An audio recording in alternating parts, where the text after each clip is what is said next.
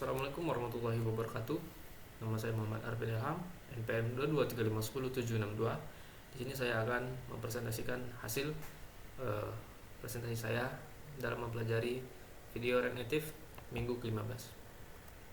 Yang pertama ada Basic with Expo Go. Isi atau kesimpulan pada video tersebut yaitu memahami lebih lanjut cara kerja Expo Go dan manfaatnya dalam pengembangan aplikasi. Expo Go adalah aplikasi pendamping yang memungkinkan Anda melihat dan menguji aplikasi yang sedang dikembangkan tanpa perlu menjalankan pengaturan yang rumit di perangkat Anda. React Native adalah sebuah framework berbasis JavaScript yang memungkinkan pengembang membuat aplikasi untuk perangkat smartphone. Dengan React Native, aplikasi yang dikembangkan bisa berjalan di perangkat Android maupun iOS, meskipun terkadang perlu sedikit penyesuaian agar kompatibel dengan masing-masing sistem operasi. Di sisi lain, Expo merupakan framework yang juga dibangun di atas React Native. Tujuan utamanya serupa, yaitu memungkinkan aplikasi bekerja pada perangkat Android dan iOS. Bedanya, Expo menyediakan berbagai alat pustaka dan layanan yang sudah disiapkan untuk mempermudah dan mempercepat proses pengembangan aplikasi. Meskipun penulisan kode dalam React Native dan Expo hampir sama, menggunakan Expo dapat membuat pengembangan aplikasi lebih efisien. Hal ini karena Expo sudah menyertakan banyak fitur bawaan seperti pustaka untuk mengakses kamera, notifikasi, atau bahkan integrasi dengan API. Dengan begitu, pengembang tidak perlu menghabiskan banyak waktu untuk mengatur semua komponen dari awal. Ini merupakan contoh tampilan dari Expo Go. Yang kedua ada Expo Pre-Build.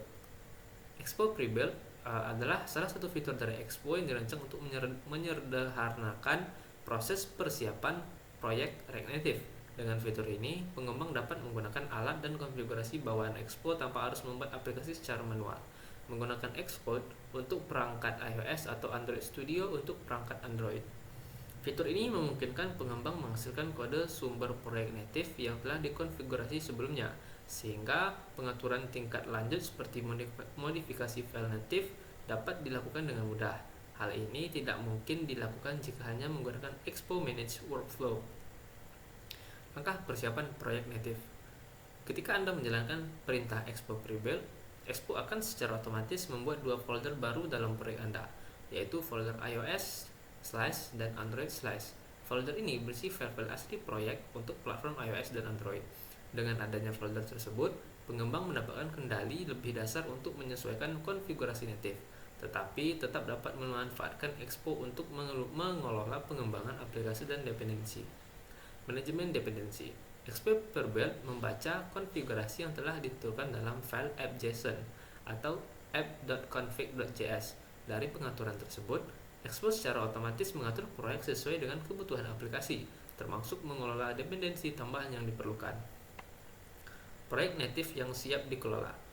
Setelah perintah Expo Pre-Build selesai dijalankan, proyek Anda akan menghasilkan folder iOS/ dan Android/ yang siap untuk dibuka dan dikelola menggunakan Xcode atau Android Studio. Dengan ini, pengembang bisa melakukan perubahan lebih lanjut dan proyek native, seperti mengedit file konfigurasi penting seperti Android manifest.xml atau info.place sesuai kebutuhan aplikasi yang sedang dikembangkan. Yang ketiga ada Building with Xcode. Building with Xcode yaitu Xcode adalah alat yang digunakan untuk menyusun dan membangun aplikasi iOS yang dibuat dengan framework seperti React Native atau Expo.